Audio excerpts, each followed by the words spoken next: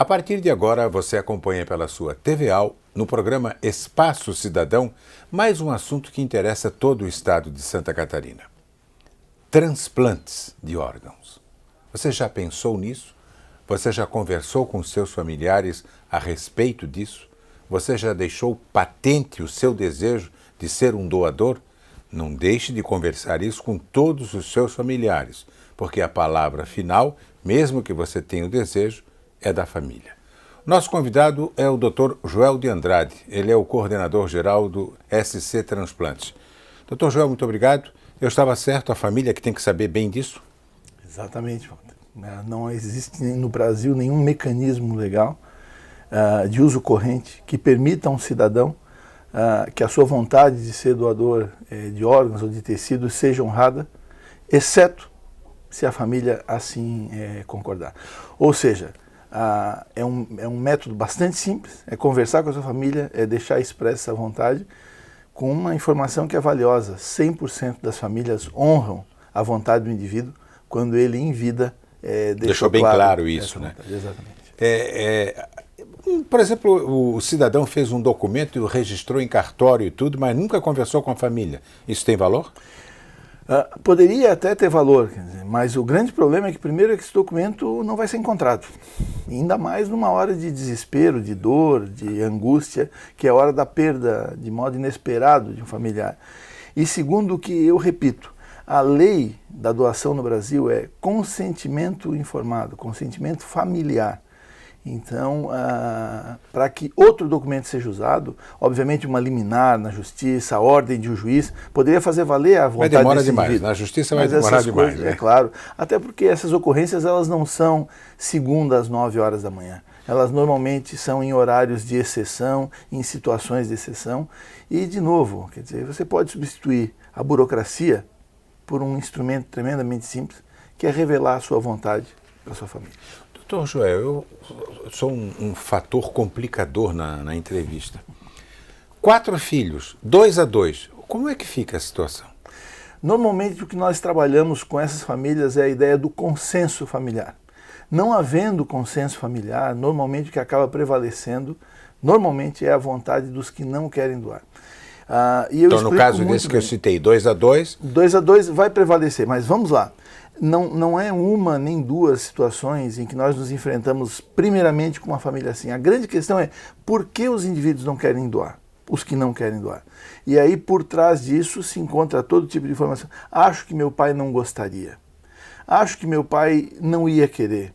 O medo de que o corpo seja deformado. Ou seja, o instrumento mais poderoso é a conversa dos familiares com os profissionais de saúde e com os coordenadores de transplantes, que são esses profissionais de saúde que conhecem esse processo a fundo e que podem esclarecer as famílias sobre todas as dúvidas que porventura elas tenham. Morte cefálica realmente existe ou é algo inventado para melhorar os números de transplante? Se explica, item por item, como é que se dá esse diagnóstico. Como é que se chegou a essa conclusão. Exatamente. É um diagnóstico com mais de 80 anos de prática médica, consolidado nas principais nações desenvolvidas do mundo, ponto. Vamos para o próximo. Olha, os órgãos vão para qualquer pessoa ou vão para os que têm dinheiro, para os que têm amigos poderosos? Sistema totalmente democrático, igualitário, de distribuição técnica, uma coisa que nos orgulha muito aqui em Santa Catarina, as pessoas de classe A, B, C ou D recebem órgãos na exata proporção da representação da classe dentro do total da sociedade.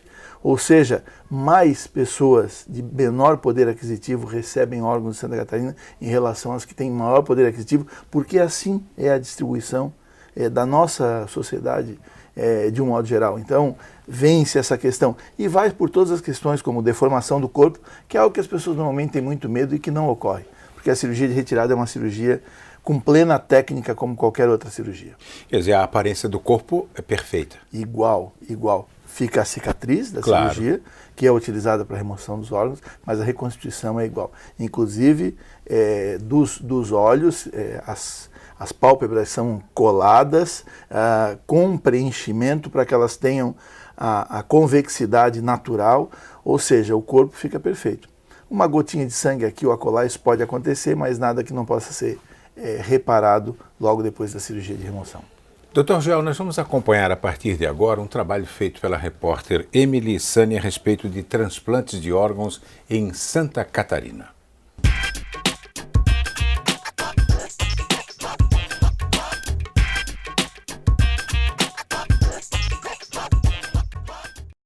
Santa Catarina é um dos estados consolidados com as maiores taxas de doação de órgãos do país. Segundo a psicóloga da Fundação ProRim de Joinville, a decisão de aceitar fazer a doação de órgãos de um ente querido é uma decisão importante e precisa ser tomada com urgência. É o pior momento para a família quando ele recebe o diagnóstico que o seu ente querido está em morte cerebral, né? E é um momento de uma escolha muito difícil, tu saber se o doador gostaria de doar ou não. Então é um momento de perda, de dor, e ele tem que tomar uma decisão rápida e muito importante. Paulo veio de Aracaju em busca de agilidade. O administrador de empresas espera há 3 anos por um rim. Ele está morando há 2 meses em Joinville, onde faz hemodiálise 3 vezes por semana. Os celulares são os amigos inseparáveis, já que será através deles que a notícia mais importante da sua vida deve chegar. Todo o tempo, 24 horas. A gente sai para a festa, vai passear, vai olhar as coisas que tem na grande Joinville e cidades circunvizinhas, mas se a gente sempre pergunta, aqui tem sinal? Quando não tem sinal, a gente tem que voltar imediatamente para um local que tenha sinal, porque a gente não pode desgrudar do celular. Ele é por intermédio dele que vai chegar a hora tão esperada, que é a hora do vamos transplantar. A Fundação ProRim atende hoje pacientes de todo o Brasil. Assim como o Paulo, muitas pessoas adotam Santa Catarina na esperança de um transplante de forma mais ágil. Eu vim de São Paulo, Ferraz, de Vasconcelos. Vim de Palmas, Tocantins. Eu vim de Campos Goytacazes, Rio de Janeiro. Pessoas que praticam um ato de solidariedade e amor ao próximo. Foi isso que Marcele e Andersone fizeram. Há 2 anos, eles perderam uma filha de 14 anos que teve morte cerebral após uma intoxicação. Os pais optaram por doar todos os órgãos da filha. Ela era uma garota muito extrovertida, muito feliz, muito contente. E isso é algo que continua acontecendo agora em outras vidas. Então eu vejo dessa forma. Ajudar alguém a viver é tudo, né? Porque imagina, uma mãe esperando que o filho saia do hospital, vá para casa e possa comer, possa brincar, né? E imagina assim a hora que ela soube, não, teu filho recebeu o coraçãozinho, né? Pode voltar a viver. Nossa, guria, é incrível, assim, eu penso, eu sou mãe, eu imagino que como eu perdi, né? Eu digo assim, perder, eu não tô podendo ver, minha filha não tô podendo tocar nela, sinto vontade de abraçar, sinto vontade de ver e não posso, mas lembro que o coração tá por aí, né?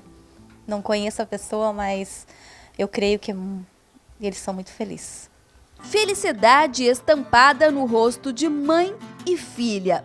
Foi descoberto que Nicole, ainda bebê, tinha um problema em um dos rins. Aos 8 anos, teve a falência do órgão. Durante 1 ano, ela ficou 14 horas por dia em cima da cama, presa a uma máquina de diálise. A ligação, que mudou sua vida, chegou no dia 6 de abril de 2013 e foi o melhor presente que a família poderia ganhar. Foi porque ela passou 7, 8 anos sofrendo demais, assim. Ela não tinha vida própria, né? Ela vivia tomando remédio, vivia no hospital, ela não tinha. Então foi o melhor presente que a gente ganhou, foi o melhor presente. A menina, que antes não podia brincar nem ir à escola, hoje mostra que a decisão de uma família que, mesmo com a dor da perda, deu a ela uma oportunidade de viver e fazer o que mais gosta. Eu não podia andar de bicicleta e eu adoro. Não podia quase nada, né? E agora? Agora eu posso. Agora eu posso tudo, tudo.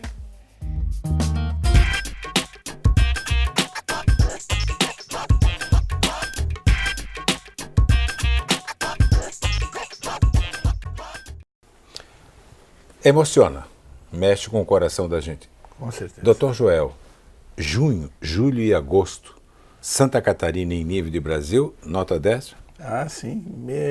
Eu diria, Walter, sem falsa modéstia, em nível internacional. Foram meses, em junho nós tivemos 25 doadores efetivos, em julho 21, e hoje é dia 1º de setembro. Existem 2 notificações ainda pendentes de agosto que podem resultar em doação, mas nós já temos 22 doações. Para que você tenha ideia do que é isso, no 1º, 2º e 3º anos de atividade da Central de Transplante de Santa Catarina, a média anual era por volta de 25.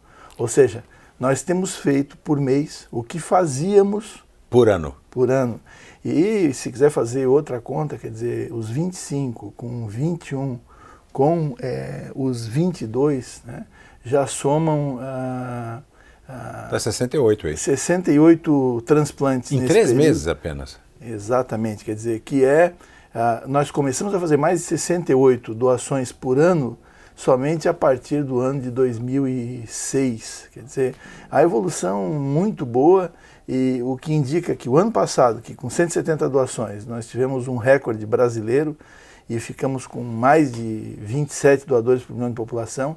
Esse ano nós já temos mais de 31 doadores por milhão de população, o que nos coloca entre as Só perdemos para a Espanha. As 5 melhores áreas do mundo.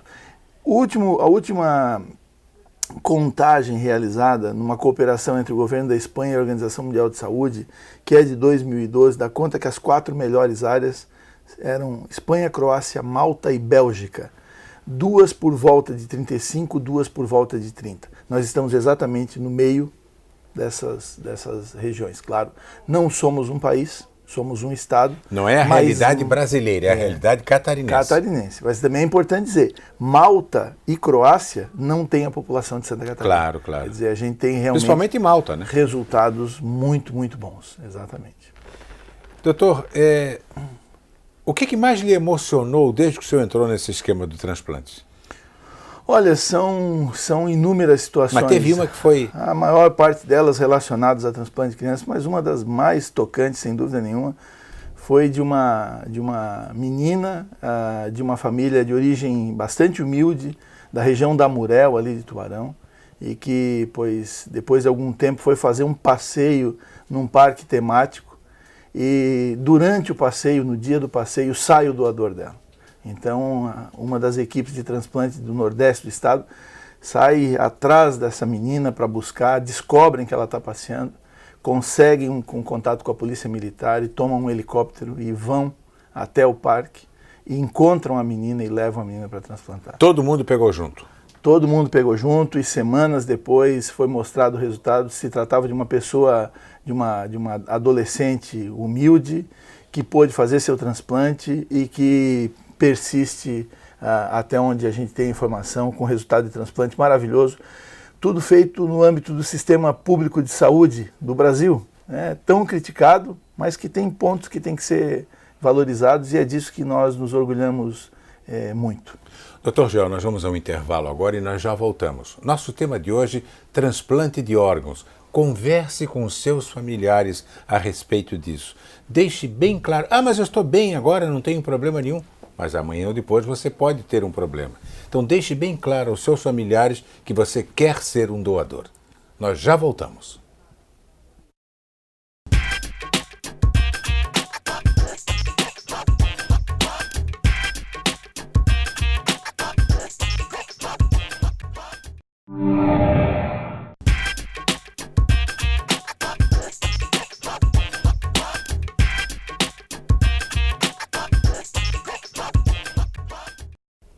Estamos de volta com o programa Espaço Cidadão, que só tem na sua TVA. Nosso tema de hoje é o trabalho realizado pela SC Transplantes. Está conosco o Dr. Joel Andrade, que é o coordenador geral. E Santa Catarina ocupa uma posição de destaque em nível nacional e até mesmo em nível internacional. Isso é muito importante, mas não pode nos acomodar de maneira alguma. Nós temos que trabalhar, pensar em transplantes de órgãos 24 horas por dia. E a melhor maneira é você deixar isso bem claro para todos os seus familiares. eu quero ser um doador. Isso facilita.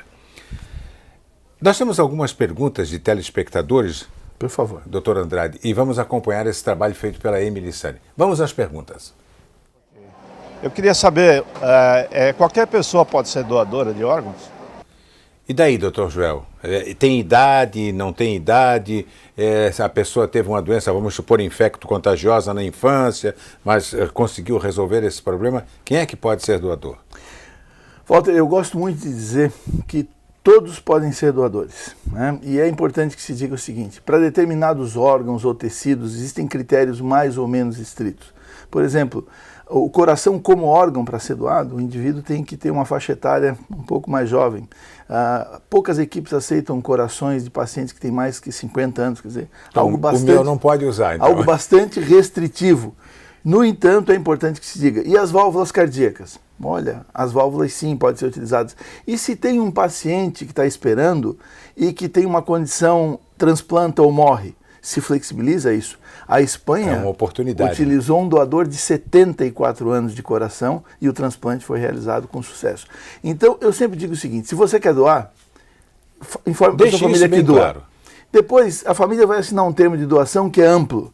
As restrições nós aplicamos depois. Mas é óbvio, as pessoas que têm HIV não podem ser doadoras. Bom, existem uma série de circunstâncias, mas tudo muda. Na África do Sul, há 4 anos atrás, se publicaram os primeiros transplantes com doadores HIV. Por quê? Porque a população daquele país tem um número de pacientes HIV tão grande que tem pacientes em diálise. Então foram feitos transplantes de rim. A ciência vai evoluindo e as técnicas hoje no nosso país não é possível. Se você é doador, afirme que sim. As restrições, depois nós aplicamos. Médico. Bom, vamos a uma outra pergunta para o Dr. Joel. De que forma é escolhido o receptor? Muito boa essa pergunta. Os critérios são eminentemente técnicos. Quando nós temos um doador em tela, todos os dados, idade, tipo sanguíneo, peso, altura, são inseridos num sistema computacional e depois os ícones que aparecem de rim, fígado, coração, córnea, esses ícones, ao serem clicados, geram as listas de receptores, que começam pelo número 1, o mais compatível, número 2, o segundo mais compatível, número 3, o terceiro mais compatível e assim por diante. E aí são realizados testes e exames. Claro, depende também da disponibilidade do paciente naquele dia. Eventualmente, o primeiro ranqueado está numa viagem no exterior, volta e faz o segundo. O segundo tem uma pneumonia, passa para o terceiro. Mas o importante é que a população saiba, os critérios são técnicos. São respeitados, né? Além de respeitados, Walter, eles não podem ser, não há possibilidade de interferência, porque é gerado automaticamente e eu não posso passar para o próximo sem ter feito contato com o primeiro. Isso não pode ser feito. Então, estritamente respeitados e, de novo, beneficiando a toda a população. O Brasil é um país rico nisso. Todos podem doar, mas também todos podem receber, ao contrário de outras sociedades onde todos podem doar, mas só os que têm dinheiro podem receber. Infelizmente, né? Felizmente nós estamos diferentes. Agora, quando o senhor fala em Brasil, eu prefiro falar em Santa Catarina, que é bem diferente do resto do Brasil. Vamos à terceira pergunta de telespectadores. Oi, eu gostaria de saber como funciona a fila de espera para transplantes. É aquilo que o senhor falou, né? Por exemplo, no caso de não ser compatível, haver um quadro de incompatibilidade com o número 1, automaticamente passa para o 2 ou 3 ou 4, é isso? Mas aqui cabem 2 ou 3 explicações. A única fila, como a gente está acostumado a pensar, é a fila de transplante de córnea. Um atrás do outro. Se eu sou o 20º, precisa que 19 façam para que chegue a minha vez. Se 19 fizerem e não chegou a minha vez, é porque uma criança perfurou o olho, é porque um dos transplantes feitos rejeitou, e aí é a necessidade de fazer um segundo transplante antes de chegar a minha vez. Mas é o que a gente conhece como fila indiana. As demais filas são bem distintas. Para pulmão, coração e para fígado, são 4 filas para cada um desses órgãos por tipo sanguíneo. A, B, AB e O. E no pulmão, a estatura conta muito, o tamanho do pulmão. Eu não vou colocar numa pessoa de 1,50 m o pulmão de um indivíduo de 2 metros, porque claro, não entra. E no coração, o peso, mesma coisa. Quer dizer, eu não posso colocar num indivíduo de 120 quilos o coração de um indivíduo de 60 quilos, porque não vai aguentar a questão da bomba. No fígado pesa muito a gravidade. O Brasil, desde 2005, estabeleceu um novo critério e é assim, quem vai primeiro? Quem está mais grave. Então, perfeito, diminuiu a mortalidade dos pacientes em lista.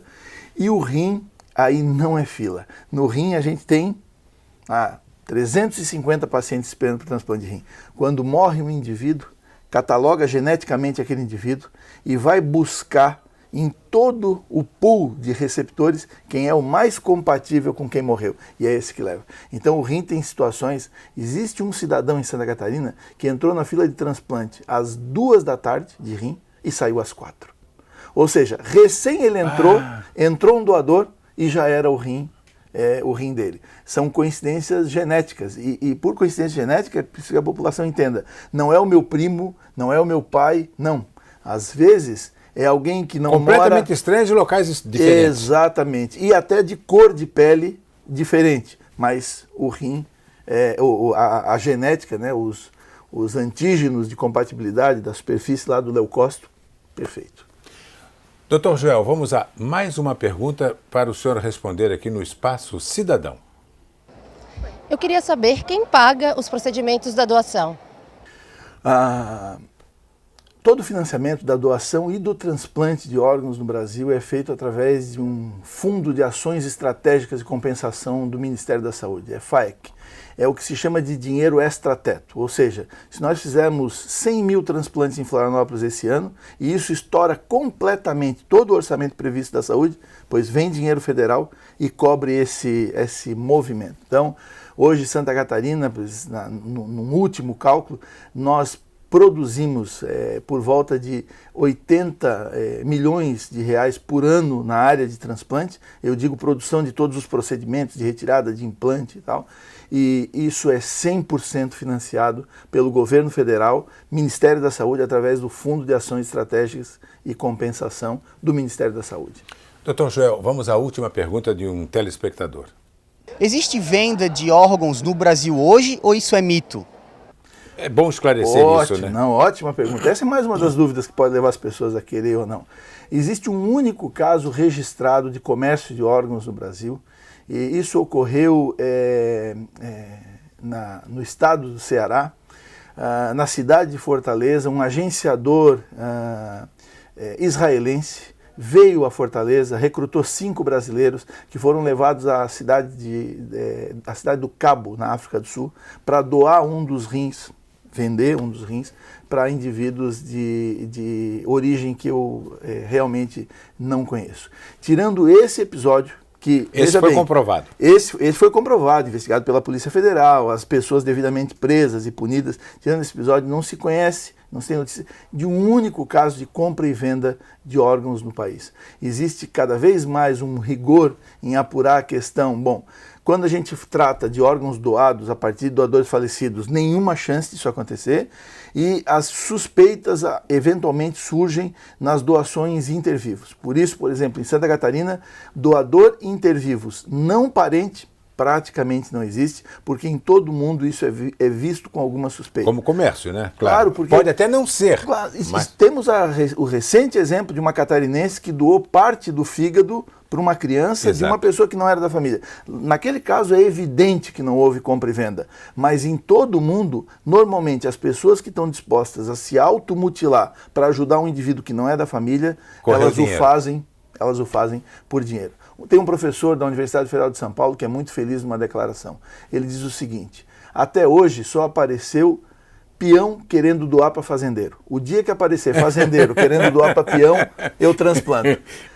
Os principais serviços do Brasil não aceitam o doador vivo não parente, como é o caso da Unifesp, Hospital do Rim e da Hipertensão de São Paulo, e o caso da Santa Casa de Misericórdia de Porto Alegre, que não aceitam esse tipo de doador. Vivo não parente, não. Doutor, o senhor falou da compatibilidade do sangue também. O sangue mais raro é o A negativo e o O negativo. Esses pacientes, se precisarem de uma doação, é um pouco mais difícil o caso para eles? Walter, na verdade, O e A são os tipos sanguíneos mais prevalentes. Os tipos sanguíneos pouco prevalentes são B e AB. Mas vamos lá, vamos responder a tua pergunta porque ela faz todo sentido. É mais difícil. Mas felizmente também... O O negativo é universal, é isso? É o doador universal, exatamente. Mas normalmente, por exemplo, para fígado não se cruza, exceto para urgência. Explico isso melhor. Se eu sou O, e eu sou O pessoalmente, se eu falecer, o meu fígado serve para qualquer tipo sanguíneo, mas eu não posso cruzar a barreira, porque eu prejudicaria as outras filas. Mas a questão da proteção se dá no seguinte sentido.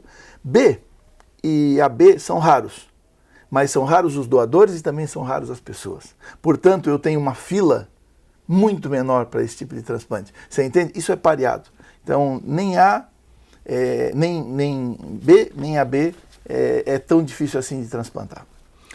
Eu vi um documentário na TV francesa, 1h45, eu nem piscava. A luta dos médicos porque uns familiares acho que uma família de 6 ou 7 pessoas não queriam de maneira alguma que se fizesse a doação. Já passou por situação assim?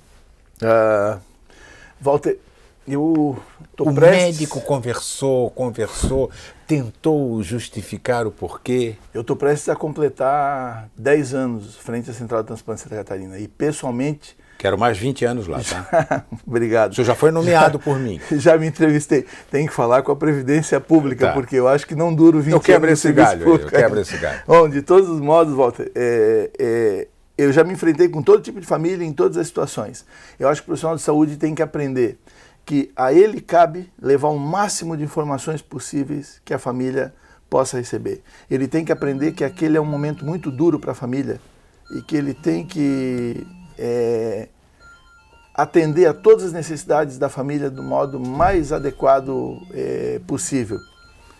E, por fim, já enfrentei situações de sair frustrado, mas aprendi a controlar minha frustração e a respeitar a decisão das famílias, e talvez isso seja o mais importante. E também já aprendi a entender que essas famílias ganham com a doação, ou seja, que a doação é sem dúvida nenhuma algo que pode abreviar o luto e tornar o luto algo mais ameno. Por isso mesmo, nós sempre oferecemos essa possibilidade para as famílias do modo mais atencioso, mais amplo, mais cheio de informação possível, mas a decisão final é deles e tem que ser respeitada. Agora é duro para vocês, né? Sempre é, porque esse nunca é um processo que demora meia hora, 40 minutos. Isso são 1 ou 2 dias de trabalho que culminam numa conversa que, quando termina muito rápido e é negativa, pois nos sai muito caro, mas faz parte da vida. Hoje, 70% das famílias catarinenses dizem sim à doação. E nós temos que respeitar. Dr. Joel, muito obrigado. E o senhor acabou de ser nomeado mais 20 anos no SC Transplantes, tá bom? Obrigado. Um grande abraço. Já. Nós vamos concluindo aqui o nosso programa de hoje, Espaço Cidadão. Converse com os seus familiares sobre isso, que você quer ser um doador de órgãos. Mas converse com bastante antecedência. Deixe isso bem claro para pai, mãe, tios e tudo mais. Você vai colaborar, pode ter certeza disso. O Espaço Cidadão volta na semana que vem e só tem na sua TVA. Até lá!